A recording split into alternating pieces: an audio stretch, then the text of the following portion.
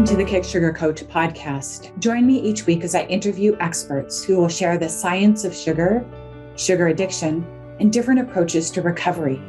We hope to empower you with the information and inspiration, insights, and strategies you need to break up with sugar and fall in love with healthy whole foods so you can prevent and reverse chronic disease, lose weight, boost your mood and energy. Feel free to go to my website for details on my coaching programs and to access free resources, kicksugarcoach.com. Hello and welcome everybody to an interview today with Mollee Rucker. I have specifically gone out of my way to ask Mollee to come and be on my podcast for lots of interesting reasons. First of all, she has her own story, her own journey of struggling with disordered eating, of struggling with being overweight, struggling with her health, and stumbling into working in a health food store in her 20s, which sort of has placed her in this space of being really fascinated by what it means to reclaim our health, to find health. And she'll share hopefully a little bit about her story, how she was chasing skinny in her 20s because she was overweight as a kid, she was obese as a teenager. And then in her 20s, she was chasing skinny and she found skinny. But what she didn't find was health. What she didn't find was peace with food. What she didn't find was a connection to her body where she could work with its nuances. And so she's been on this absolutely fascinating journey of, being the N of one, of biohacking, of really trying to figure out how can I optimize. I felt so sick and awful as a kid. Like, how can I feel really freaking great without the stimulants, without getting jacked up on coffee or kombucha or sugar or, some of the other shortcuts that other people take. And in her journey, she co-founded a nutraceutical company called Keto Brains. And it's really about how we can use supplements, very targeted, specific ones that she'll talk a bit more about, to support cognitive health, which is a thing that many of us are mindful of, wanting to stay sharp, not just now, focused now, but, well into our senior years, if not to the day we die. So Mollee's here to share all her journey with us, all her wisdom, all her passion for her knowledge around how to leverage supplements and lifestyle to feel our best. Welcome, Mollee. Thank you. Thank you so much for having me. Yeah, it's we go on different journeys in life and we usually don't know that we're on a journey. We're in the middle, when we're in the middle of the difficult part of it. You're just trying to get through it. And, as you mentioned, as a fat kid, an obese teenager, I quote unquote met anorexia, as a 14-year-old. So had, a nice 10 years of disordered eating before arriving in my early 20s, feeling completely wrecked and confused about really like what was health? Was it vegan? Was it not eating fat? Was it not eating protein? What was the thing? And it was in my early 20s when I landed a job at a health food store. It wasn't the job I was looking for, but it was the job I ended up in. And it was there that, a lovely woman with an angry voice, but a huge heart told me about the Weston A. Price Foundation. So in the long time ago, just getting into, what are traditional foods? How might my genetics impact how I feel? And I say it's a journey because as you add pieces of knowledge, as you get older and as you discover what doesn't work, you go on various paths that lead you to different protocols. I've been through back mountain trail running. I've been through CrossFit. I've been a vegan. I've been a vegetarian. I've done all the things. And, ultimately over that span of time, I learned to understand that, being healthy for me, because I'm very curious, I want to understand the neurochemistry behind what is happy, the neurochemistry behind what is sad, the neurochemistry behind, why do we feel the way we feel, when our period is coming versus after our period. So instead of just, I want to feel good, what is health? It becomes a deeper dive into, what does my biology and my physiology require to feel good as a human? What nutrition do I require as a human to feel good?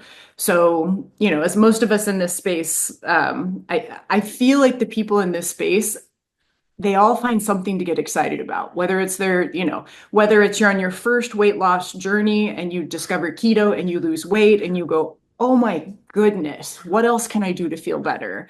Or, you get a gene test and you see that you have this SNP that makes it more difficult for you to process caffeine than your family member.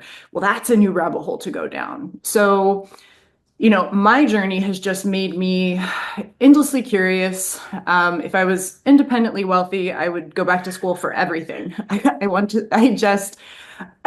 a deep understanding of neurochemistry. I want a deep understanding of evolutionary biology. I want a deep understanding of genetics. And in not being in a place where I can do that, I kind of use myself to focus that lens. Okay, I feel X. What do I need to understand about the state of my brain and my biology to understand X? And the more I understand that little bit about me, I now have an insight into what might help you or someone else feel better, feel healthier, depending on your host state. I really think medicine, I really think health should stop looking for how do we cure diseases and how do we make the host inhospitable to various disease states. And to me, that's what this whole N of one thing is. You, as an individual, you are a host to health or to disease. And it's on you as the individual to really understand how to make you as the host for life, most hospitable to feeling amazing as often as possible.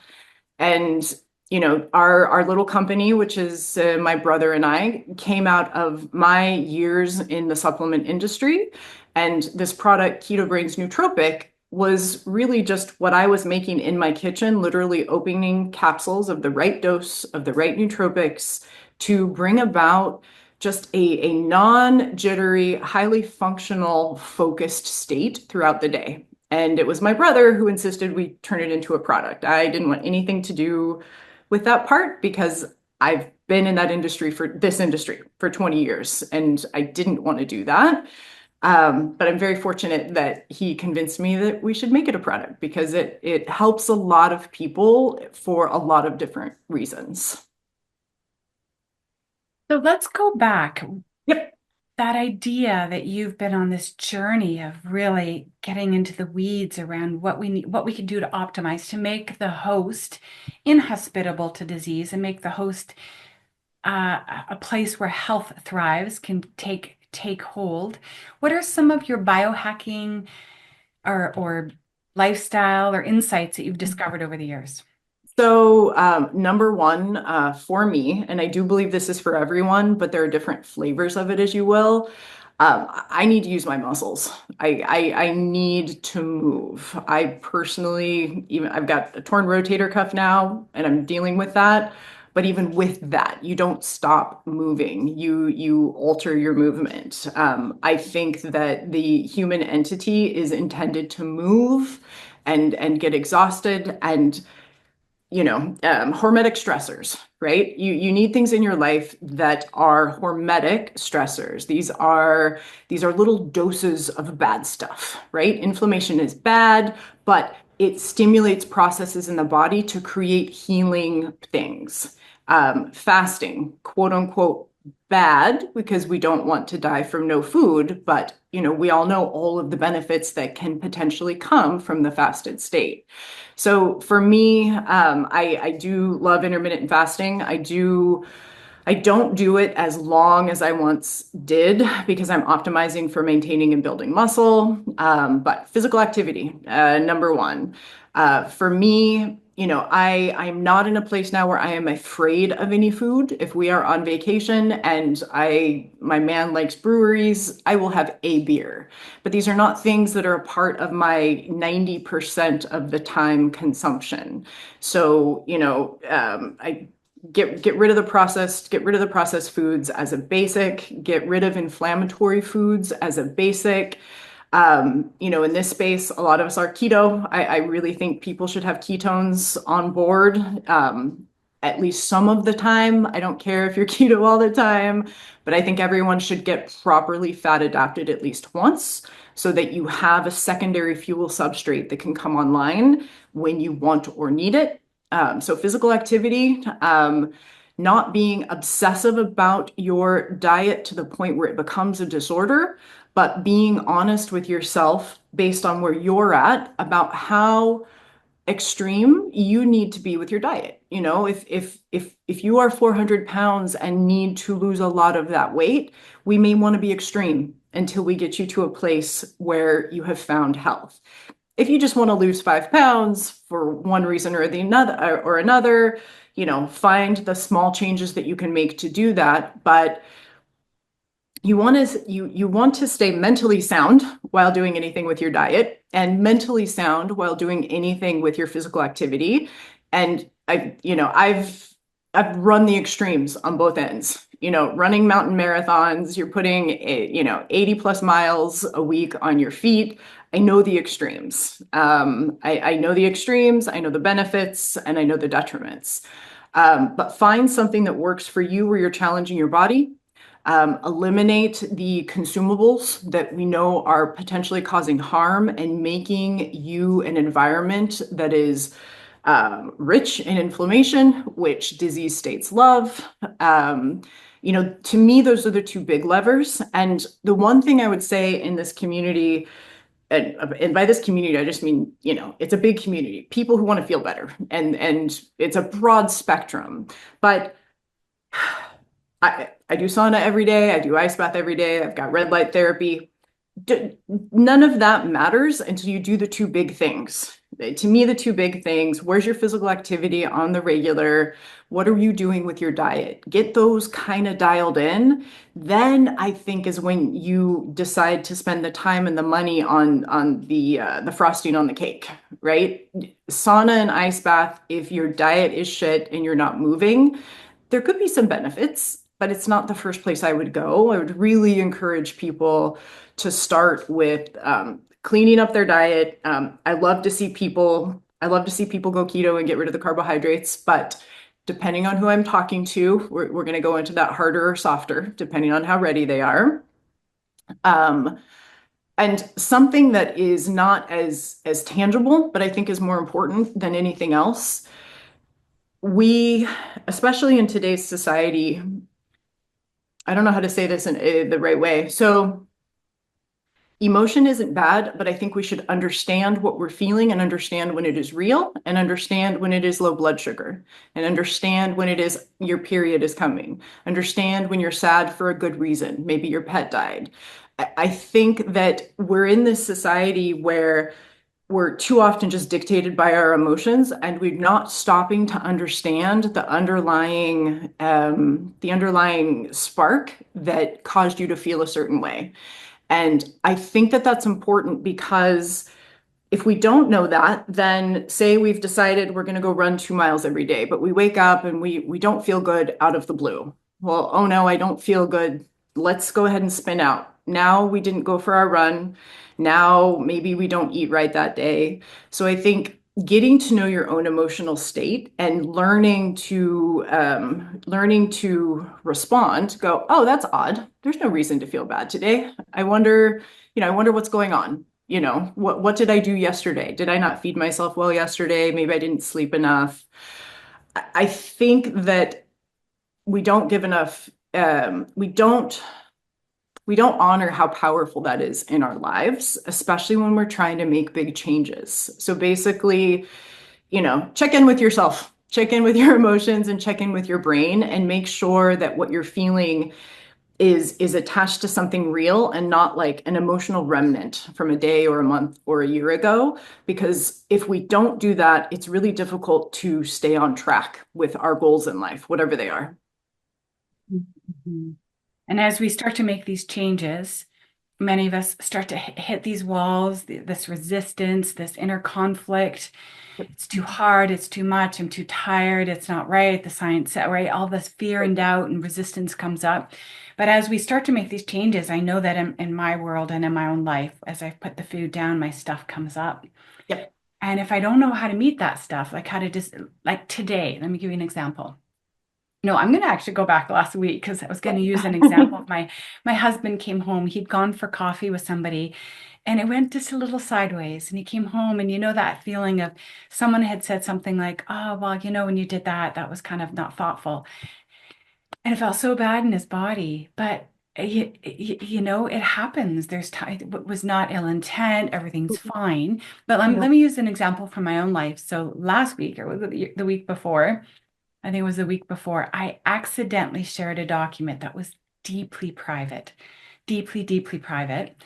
And I thought I was sharing it with a colleague through a platform, but I accidentally shared it, Molly, with everyone on my platform. Oh, Like anyone who's ever attended a summit, all of my summit yep, speakers, yep, everyone. And it was funny because I looked at it and I thought, why is there 25 unique views? And there were many, many, many more views, but 25 unique views yep. on that. I'm like, I only shared it with my friend Beth. And I was like, what Oh, happened? Right. And so and all the emotion that's in the system, and it wouldn't go. It was not a quick, like, it's not a no, video of me kicking a dog. I no, didn't rob an old lady and take her. no, I didn't do anything bad. It's just, nope, it was these affirmations I had written 4 years ago. And they were just private. They were just, some of them were cheesy. Some of them were like, just, I was a beginner. And I'm like, but I was just showing my friend, like, oh, I wrote these 4 years ago, but this is kind of how you can do them. Anyways, so I'm just embarrassed. And it was days and days of just making space for it, almost turning the dial up on it. Like, I can feel this in my system. I feel really embarrassed. I wish that hadn't happened. I didn't know who the people were. So it was a total mystery. I couldn't go back and say, oops. yeah, I just had to let it move through the system and it's, yet not let it hijack me, not spin out, nope, it's not huge. not shut me Nope, down. It was just, I can hold space for this. And eventually, it's almost like it just burnt off and it cleared. And yep, now I think about it and there's no charge. yep, But if we don't know how, when we're putting our substances down and we're starting to get healthier and our body feel we're more present to it and our yep, stuff starts coming up, like you're saying, like that's a piece of the puzzle that for many of us, if we don't know what we're doing, we're going to go back to the cupboard. We're going to go back to the too much correct. sugar, late Yep. nights, binge watching TV, scrolling, sex, shopping, whatever our thing is. Yes, it is, it's just,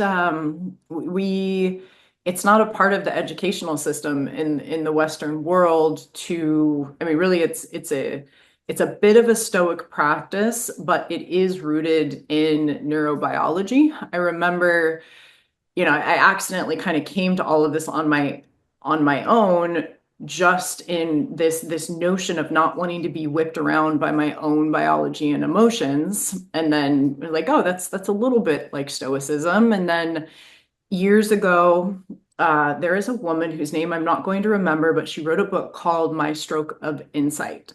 And she was, yeah, so she this amazing woman, she was a neurologist, I believe. Like she was a brain researcher who had a stroke and realized she was having a stroke while she had a stroke. And it was a good 8 years for her to relearn. She had to relearn how to walk. She was crawling. She didn't know what foods were. She like literally started over.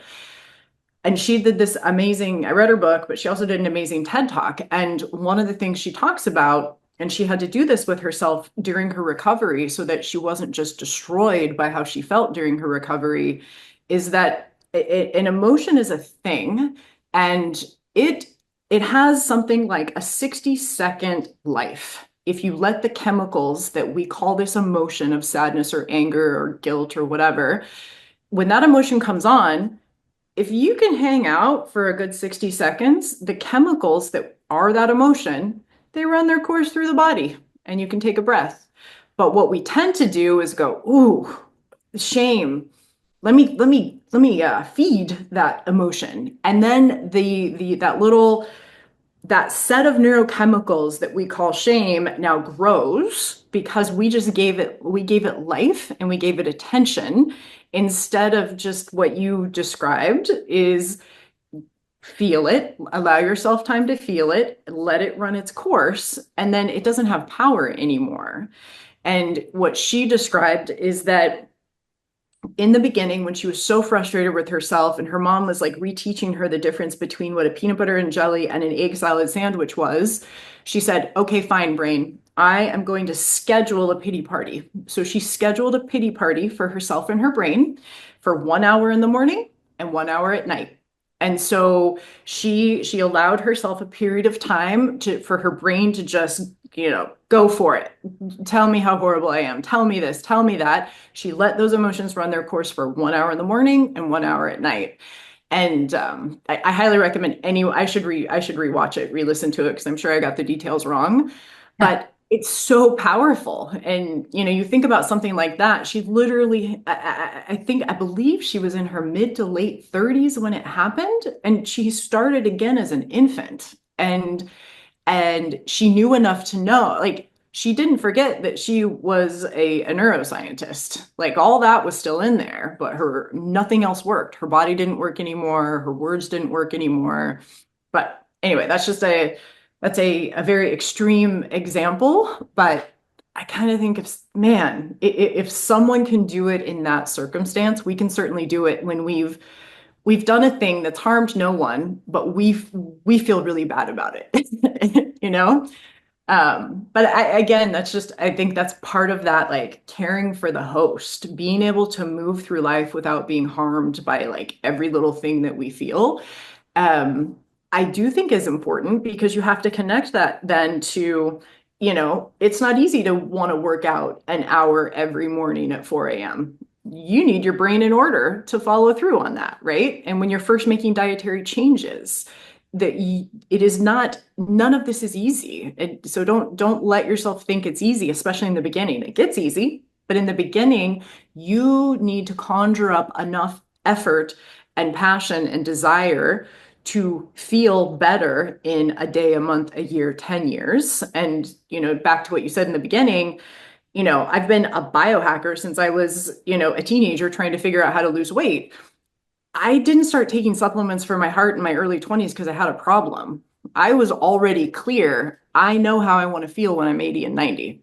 We do what we do now to make sure we feel good tomorrow and next week and however many years from now. And that's an effortful process. So checking in with your brain makes it easier to put forth the effort on the hard things. Right. And how much neurophysiological resilience helps us just hold space for the stuff that happens in our days and the emotions that move through our system. So actually, I really want to talk about your amazing product. So Oh, it's yes.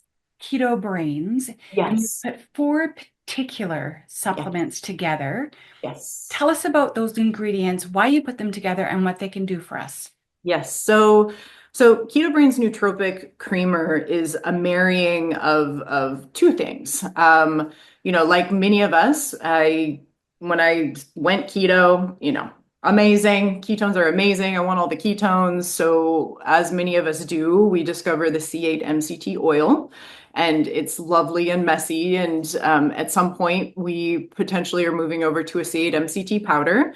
So the base of this product is 8 full grams of your C8 MCT, and your C8 MCT is caprylic acid. This is a medium chain triglyceride from coconut oil that does the best job of stimulating your liver's production of ketone bodies.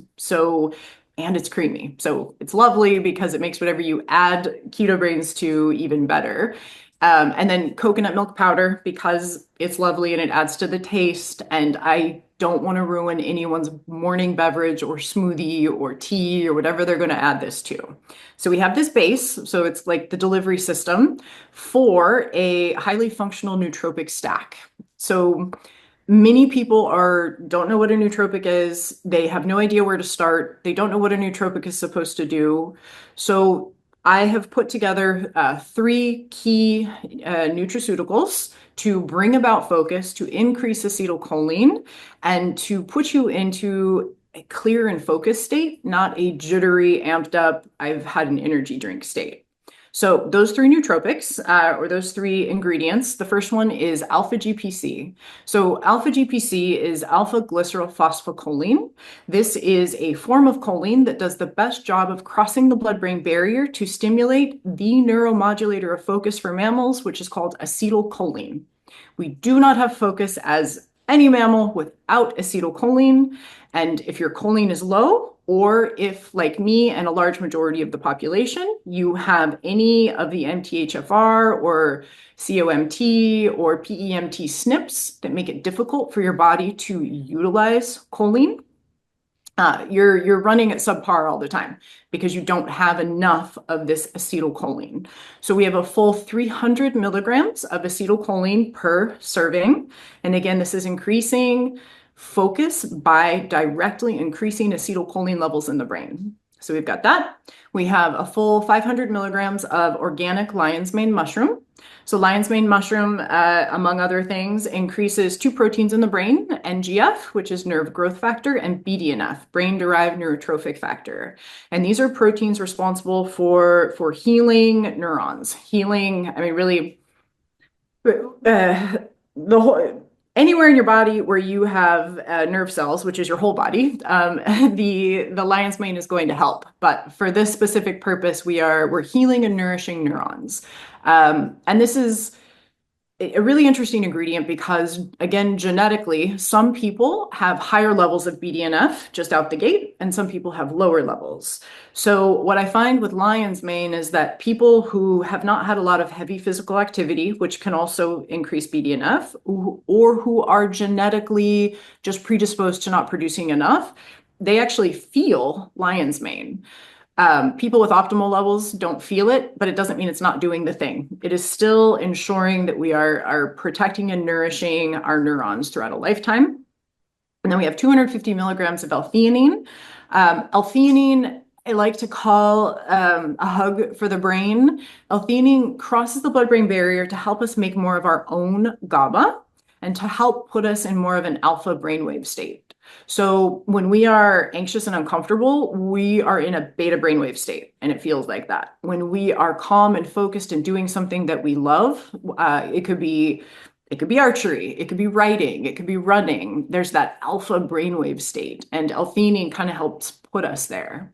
So this combination of ingredients, again, is not intended to jack up dopamine. It's not intended to make you feel like you've taken 5 scoops of pre-workout. It's intended for you to feel clear and focused throughout the day. And what we find when we have customers who will take it and they'll reach out and be worried because it hits them in a drug-like way. And what that tells me is that they were very suboptimal in their choline.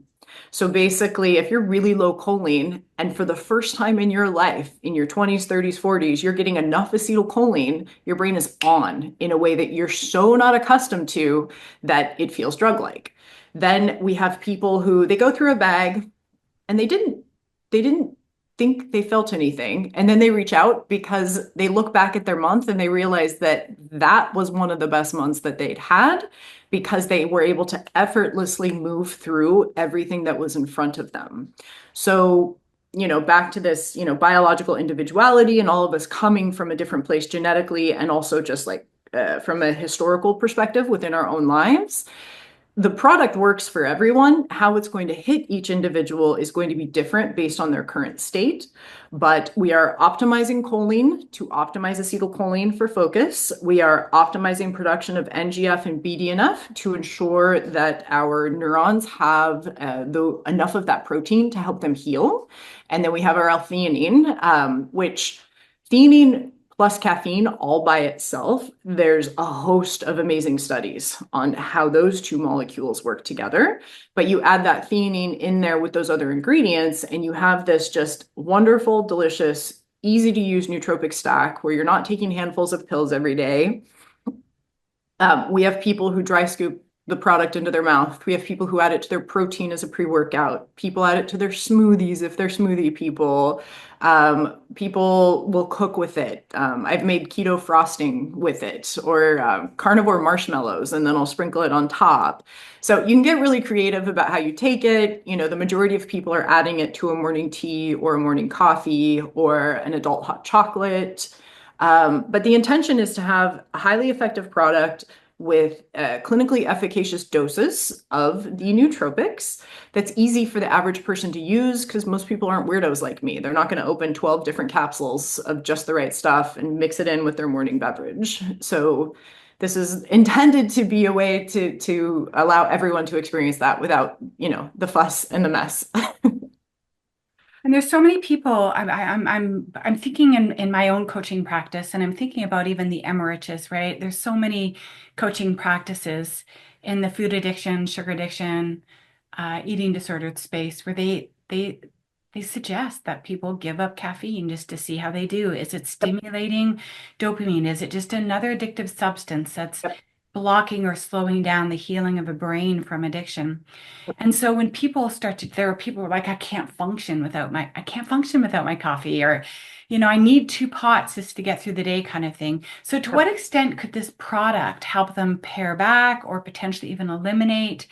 sti- So absolutely. So in that case, so the problem with the problem, so there's the morning ritual and the psychological aspect of that tasty morning beverage that is sometimes like I don't even know if I care if my coffee is caffeinated, to be honest with you, but it's that morning ritual because I happen to have the genetics where I process it really fast. Like so it's just but for others, you know, we have folks who really want their morning coffee, and for one reason or another, they either have chosen not to have it or they cannot have it.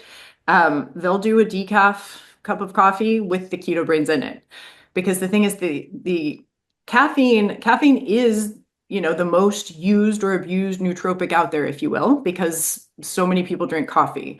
But it's I don't want to call it exactly a one-trick pony, but it's kind of a one-trick pony. We're not directly increasing the ability to focus by increasing acetylcholine. We're not working on the neurotransmitters that we really need for proper focus.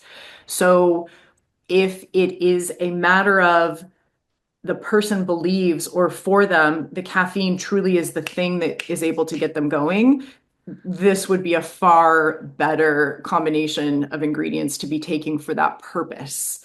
And it can, again, you can be added to anything. I've even got a friend who just, she puts it in warm water with a little cinnamon and a little stevia, and then it tastes like it's a lovely, tasty beverage.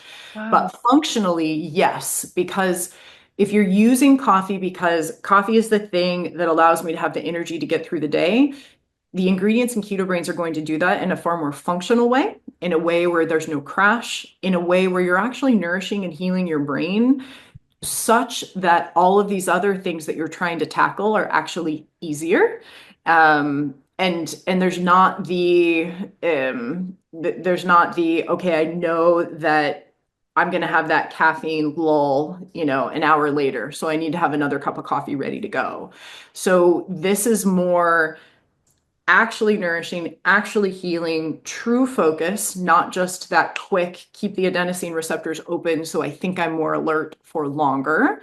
So this could be used instead of coffee. It could be used in a non-caffeinated beverage, just so that you have, if you're like me, like I'm up 3:34 in the morning and I'm going all day long, and there's something about just 10 minutes to myself with a hot, tasty beverage.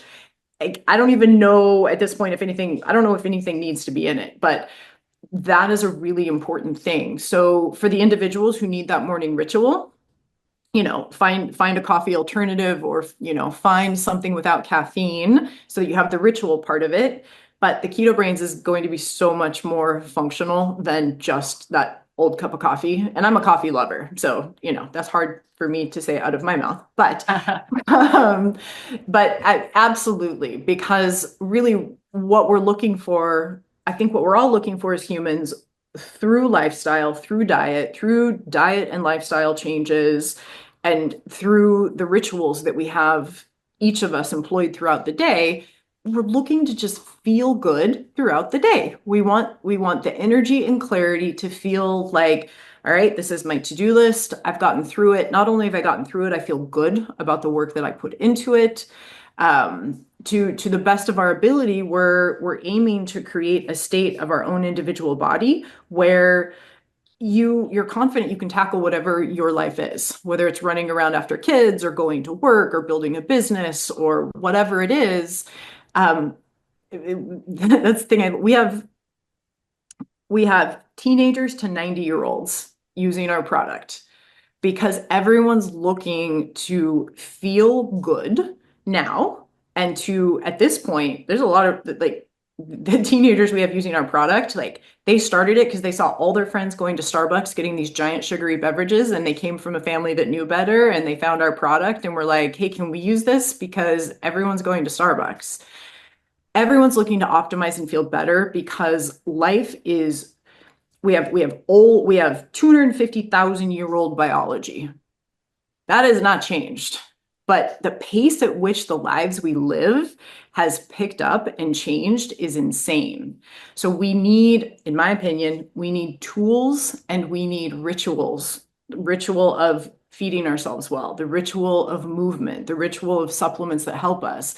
We need things to help us stay on top of just the way life is right now. It's overwhelming, even when you're working on not being overwhelmed. But absolutely, yes. In lieu of caffeine, you could use Keto Brains and get a lot more out of your day than you would with your straight cup of coffee. And yeah, and together they're supercharged. So I have a couple questions. The alpha GPC also impacts dopamine. So is that a good supplement for people who have low dopamine? So it's an excellent question. It impacts dopamine, but in a very small way. So it's not, I specifically left out ingredients like L-tyrosine and macunma and other nootropics that tickle dopamine. Because if you're already a high dopamine person like myself, I feel like I'm on, a drug if I take too much tyrosine or I take too much of these heavy hitting dopamine supplements. So what I like about acetylcholine and theanine, both actually, I call it, so I think of it as tickling your dopamine receptors instead of punching them. So if you know you're low dopamine, either from a test or you lack that motivation that we know is associated with dopamine, and you've already gotten your hormones checked, and you're not low testosterone, and you're not low estrogen, and like you're just low dopamine, this is absolutely going to help, but in a functional tickling sort of fashion. So personally, I always have a bottle of L-tyrosine, plain L-tyrosine at my house because there's just some days where I'm like, I think I'm I think I'm a little lower dopamine today than I'd like to be. I can't get to CrossFit to make my own dopamine, whatever the situation. But I don't like to dose a heavy hit of a dopamine increaser when I don't have to.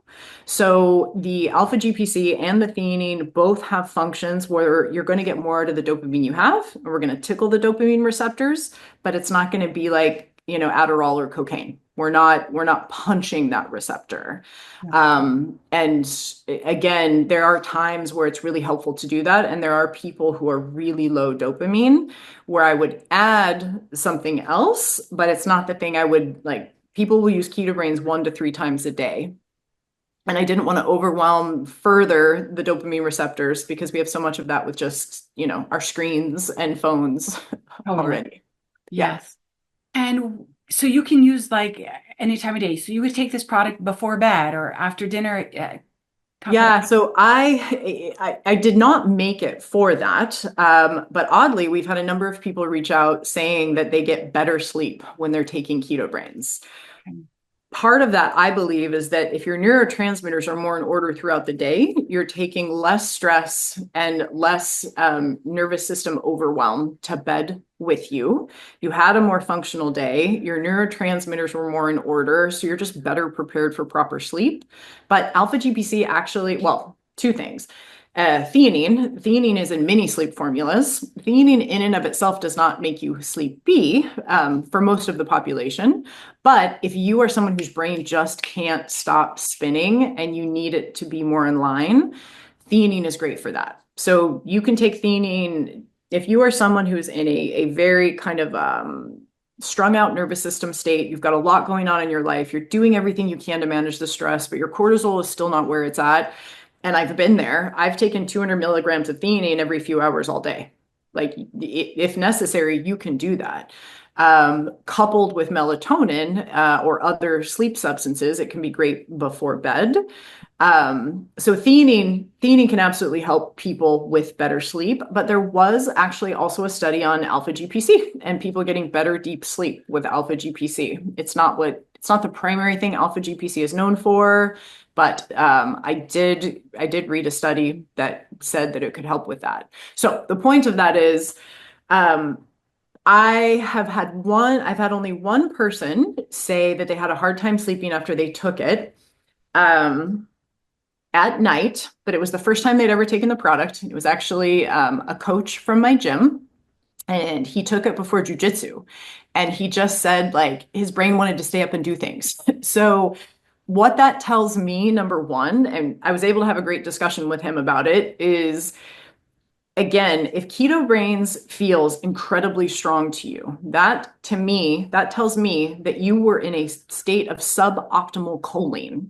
So over time, as you use the product, if you are one of those with suboptimal choline, we are optimizing your choline levels. So if the first time you take it, that one scoop just feels amazing all day and you couldn't imagine taking that at night, after a few months, once you're optimized, you're going to be like 99% of the population and you're going to be able to take it in the morning and then you can have a lunchtime scoop if you've got a bunch more that you need to get through. And I'm sure you experience this, but we all work globally now, so we've got crazy time zones. So you find yourself needing to do a podcast at 10 p.m. You can do a scoop at 10 p.m., do your podcast, and you're going to be fine sleeping. So there's always outliers, but for the most part, I haven't, like, again, one person in 4 years who, yeah. Got And it. he probably, I should check in with him because he's been using the product for about a year now. So I doubt he's still experiencing that, but it was interesting to hear. It's always interesting to hear what someone's individual response is, especially when it's kind of outside of what's expected. Got it. Okay. And I won't keep you too much longer. I just have one more question about lion's mane. I'm baffled that a mushroom can Yep. impact. How does a mushroom impact two proteins in the brain? Like, what does it do to those proteins? Yeah, it upregulates the production of them. So BDNF and NGF, again, so these are proteins that have a function for neurons body wide. And there are many activities that we can do outside of supplementation that can increase BDNF. So endurance exercise has been shown to increase BDNF. I believe sauna has been shown to increase BDNF. So the way I look at it, so starting here, our own brains are the best pharmaceutical manufacturers that we know, right? So any supplement or drug or activity that we can do that creates one of these chemicals, like acetylcholine or dopamine, these are, if you will, our brain makes these drugs in response to life. And then we have receptors. So we make the drugs and we have receptors for the drugs. So evolutionarily, there are activities that humans do that naturally increase dopamine, acetylcholine, BDNF, NGF, and then there are things we can ingest that will stimulate the production of these chemicals that the brain can also make and that we already have receptors for. So it just so happens, and I'm going to totally butcher, it's a word that I can't say correctly. It starts with an E. But basically, there's a chemical in the lion's mane, and that chemical, I wish I could say it, starts with an E. But anyway, that's stimulating our own production of those proteins. And that's, similar to, heat shock proteins as a super basic. You go in the sauna, how on earth could being in 210 degrees be good for me? because it's not, because if I stay there, I'll die. But just enough of it, the right dose, stimulates heat shock proteins, which stimulate all these other downstream healing benefits. It's the same with cold. My 32-degree ice bath, I can't stay in there very long, I'll die. But the right dose of that stimulates things within my body, in my physiology, and within my brain that are good for me. Turmeric, oddly, everyone thinks turmeric's just good. Turmeric works via hormesis. In a similar way, and this is where it gets confusing, cigarette smoke stimulates the same thing in the liver that turmeric does. We're stimulating a downstream healing response when we take turmeric. It's not just take turmeric, turmeric good. It's take turmeric. Turmeric stimulates the liver to go, and that stimulates really positive things for the body. And so we have a funny idea of what's good and what's bad. And it's really more about the nuance of the entire thing. And sorry to go on a tangent, but with lion's mane, there's an ingredient in lion's mane that's stimulating the brain's own production of those proteins. Amazing. So interesting. All right. Well, I cannot get off this interview fast enough to order my husband a bottle.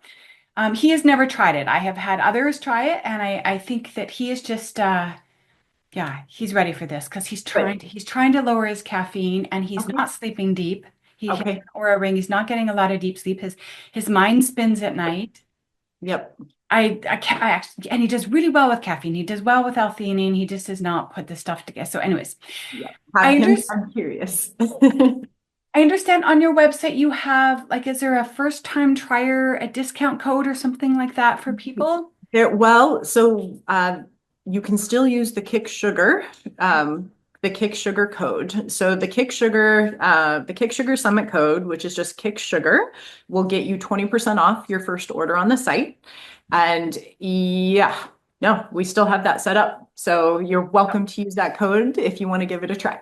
Awesome. I love it. Thank you for this product. Thank you for your time. Is there any final words you'd like to say before we wrap up today? I just thank you for having me. Thank you for doing what you're doing to bring actionable tools to a community of people who are really genuinely trying to feel good. Because that's we need more of that. So thank you. Thanks everybody for tuning in today. See you soon. Thanks for tuning in this week. If you would like more interviews, more information, and more inspiration on how to break up with sugar, go to my YouTube channel, Kick Sugar Coach, or my website, kicksugarcoach.com. See you next week.